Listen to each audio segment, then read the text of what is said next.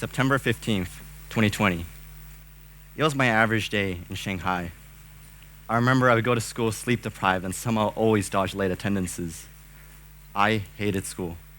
I never once felt like I belonged there. So as soon as the clock struck 3:15, I'll rush back home, grab my board, I'll meet up with my friends to skate in the streets of Shanghai. Now these were the moments where I felt like I belonged. Belonging. It was a feeling that gave purpose and meaning to my life and made those otherwise mundane days the days worth reminiscing. Now, all that's left of those days are mere memories I'll never truly experience again. Pictures like these kill. Sometimes I feel the urge to erase all those memories I had of Shanghai and tear these exact pictures into smithereens. Yet despite the pain they bring, I would always find myself weirdly drawn back to my camera roll, scrolling through photos and videos for hours on end, listening to songs that would usher in tears, and daydreaming about reliving those memories. For so long, I was a slave to my own past, tirelessly scouring through the depths of my memories to patch the cracks of emptiness that filled the present. Yet despite how much I loved to play the victim, moving to Bali was more or less my choice. Leaving my friends who I wouldn't go a single day without spending time with was a choice. Leaving so-called home was a choice. Now, envision a similar story, but one with little to no choice. It's September 2nd, 2014. It was an ordinary day for Zaki in Kabul, Afghanistan. Zaki being the kid in the middle of the picture. He remembers going to Marafat High School, enjoying his time with his friends and playing without concern. Unlike me, Zaki loved school. But little did he know then that those moments would be so short-lived. You see, Zaki is Hazara, which is one of the most persecuted minorities in the world. When he was preparing to go to university, the Taliban were gaining more and more ground in the country, which put the Hazara at risk and education in general. Zaki felt as though he had no choice but to leave his country, his friends, and his beloved family to pursue his education safely. When I met Zaki, he told me how much he misses his childhood. He misses his friends and family. He misses seasons. He misses the snow-capped mountains that scattered his vicinity. He misses the simple joy of plucking apricots from the sidewalks. He misses his singing echoing the school halls. He misses having dreams. He misses belonging. Zaki and I both came to Indonesia at around the same age, but that's where the similarities end. While I felt welcomed being me in the seemingly utopian paradise of Bali, Zaki faced an entirely contrasting reality. It's now December 20th, 2015. It was Zaki's first day in a world that felt entirely alien. Alone and totally perplexed, he made his way to the United Nations High Commissioner for Refugees office in Jakarta in hopes of receiving support to go to the West as he had been promised. Instead, a shocking sight greeted his eyes. Near the office, dozens of his Afghan brethren laid on the streets begging for support and asylum. Zaki had no idea what was going on, so he asked them what they were doing there. One of the frail men replied, "Don't you get it?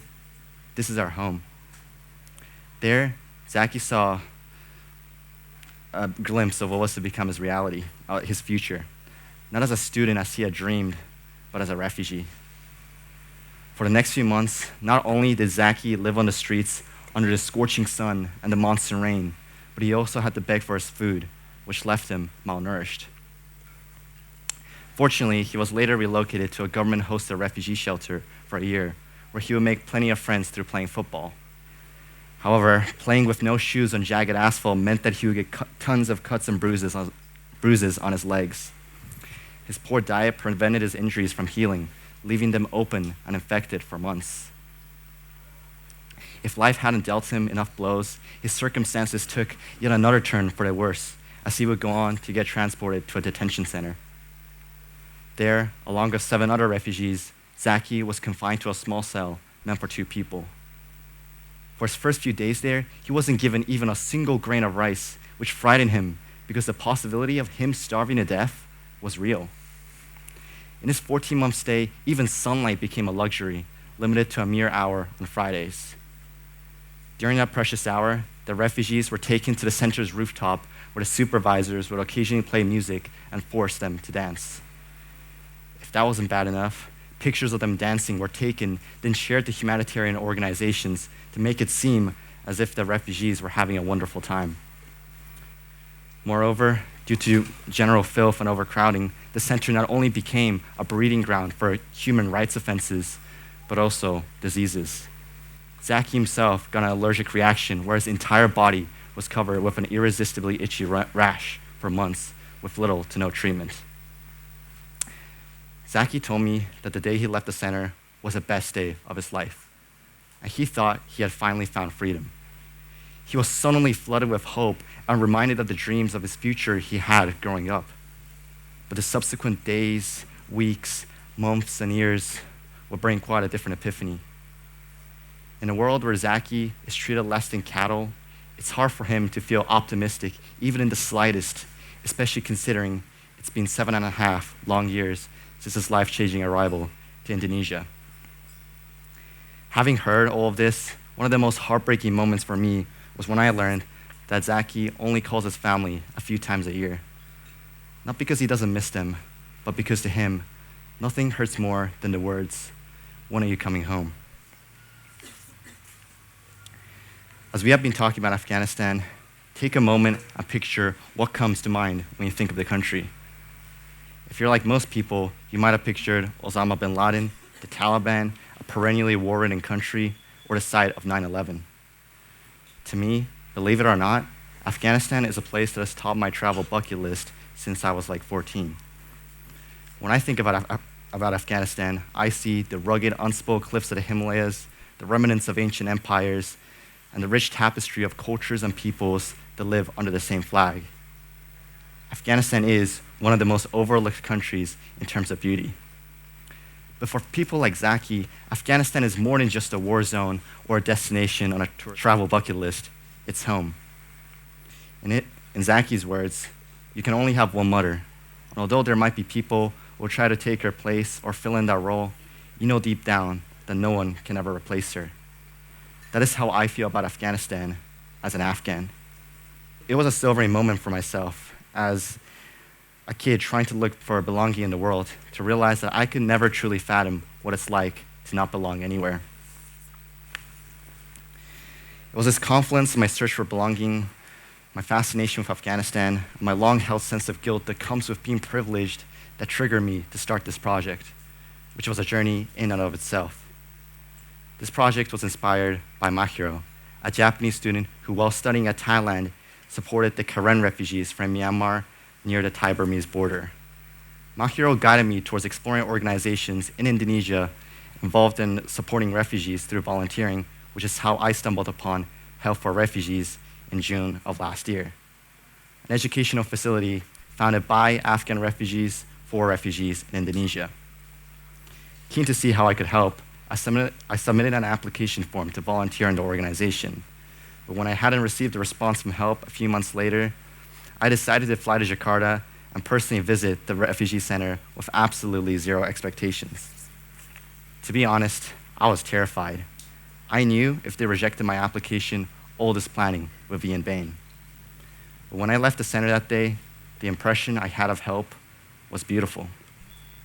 The hopeful and positive aura that filled the rooms were contagious, and I knew I would fight tooth and nail to volunteer for Help. And I was ready to start. The only problem was, in the 4 months it took for my application to be approved, there was very little I could do to help, to support. The most I could do was to start a little fundraiser by selling Afghan-style pilaf with the help of my mom. Eventually, Help interviewed me to see if I had what it took to become a teacher. This is the moment where I met Zaki, who was once a kid barely surviving in the streets of Jakarta, was now leading one of the biggest refugee organizations in the country. Talk about inspiring.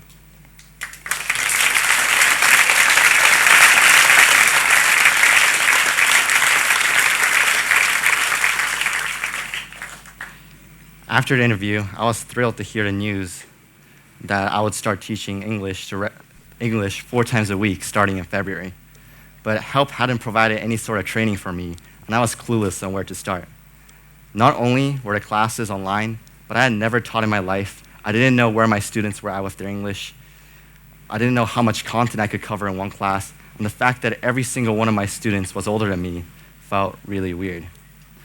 The first few classes were, needless to say, awkward and frustrating. I remember spending hours preparing the perfect class and then completely running out of things to teach midway through, forcing me to say random stuff to give the impression that I knew what I was doing. Yeah, we all get it. Teaching can suck. But as I got better as a teacher, I really started to look forward to my classes, and teaching became an interest rather than a chore. Not to mention the sheer amount of joy I would get after teaching a good class. Now that's a feeling that will never get old. But that doesn't mean that there weren't any challenges to face after those few classes. For instance, like the times where I'd be teaching from the yurt and the Wi-Fi would suddenly stop working, or how teaching English grammar, like the perfect tenses, articles, and gerunds, were an absolute pain. There were plenty of times where I simply didn't know why English is the way it is. But the worst part of teaching is the feeling of guilt I would get after teaching a bad class. Because to me, my students' ability to learn English rests on my shoulders. Thoughts like, they deserve a better teacher, or I could have explained that so much better, often haunt my mind. Thankfully, I have the best students I could ever ask for. They're all extremely attentive, supportive, friendly, and hardworking, and they've become my #1 motivation to teach. A few months back, I went back to Jakarta and met some of my students in person. One of them, Nadir, invited me to his home, and he had prepared a big feast for Ramadan. Nadir and his roommate did whatever they could to make me feel at home and didn't allow me, a privileged 18-year-old, to treat them with anything. Surprisingly, Zaki and his friends treated me the same way and wouldn't allow me to pay for a single thing when we went out together. I had heard about Afghan hospitality, but experiencing their generosity firsthand, especially considering that these people are living in dire straits, was extremely humbling and made me wonder what they and other refugees have ever done to deserve a life like this. Unfortunately, refugees, particularly ones from non-Western countries, are treated as subhuman in many parts of the world, with little to no belonging in the countries they find themselves in. Throughout the Pacific Islands, tens of thousands of refugees are being held in Australian detention camps, experiencing horrific conditions and even torture. In my home country of Japan, the government accepted 74 refugees. Yes, 74 in a country of 120 million people in 2021. In Poland, the government was quick to accept millions of Ukrainian refugees, but were reluctant to accept a single Muslim one. The situation obviously doesn't appear much better on our doorstep in Java, as Indonesia, a non-signatory of the 1951 Refugee Convention, leaves refugees vulnerable to unforeseen circumstances, as exemplified by Zaki's story. Though we cannot solve the global refugee crisis, the Greenstone community has what it takes to dramatically improve the situation here in Indonesia. As of now, HELP is struggling financially. In their quest to enhance education quality, they have recently switched to the Pearson curriculum, which is likely to strain their budget this year. Additionally, they cover transportation fees for individuals unable to afford to go to the HELP center, while teachers who are refugees themselves receive payment from HELP. I mentioned earlier that HELP was founded by Afghan refugees for refugees in Indonesia. Let's take a moment to think about that. It's inspiring to see how supportive the refugee community is to one another. Considering the unforgiving environment they live in, you would think that they would only fend for themselves, but no. They see this community as family and don't want other refugees to go through the same hardships that they have. Regardless of how much they might have lost, they are empowered by a sense of humanity. But how much more must they lose before they get the support they deserve? They need your help. I'll display a QR code later where you can donate. Donations would mean the world to them. You should have seen Zaki's reaction when my parents and I did just that. Even though there are a lot of people worldwide supporting refugees and doing great work, it is my strong conviction that there still exists a negative stigma toward refugees, a stigma that I know personally exists even within the bounds of this very theater. It's my strong conviction that this stigma is often rooted in consuming media solely at face value, leading some to equate Muslim refugees with terrorists. Ironically, the truth more often is that refugees flee their homes to escape terrorism themselves. Zaki and Nadir's people, the Hazara, aren't terrorists. They are the terrorized. They are the victims of day-to-day discrimination. They are the victims of ISIS bombings and the Taliban.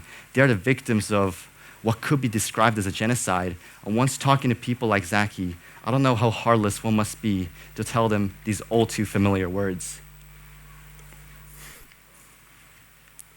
So now, as I get ready to depart Indonesia to go to university, I am reminded of how Zaki left Afghanistan to do the same, only for it to never happen. He may never get the choice to leave Indonesia like I do, stuck in a place that will never feel like home to him, and certainly a place that will never make him feel at home either. However, in spite of the hardships Zaki faces, he and his community are putting all their efforts to create a new sense of belonging here in Indonesia, a community Zaki had all those years ago in Afghanistan. With your help, maybe this can one day become a reality. Thank you.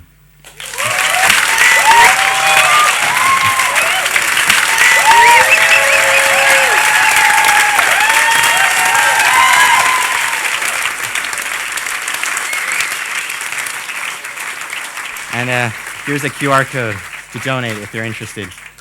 Thanks so much.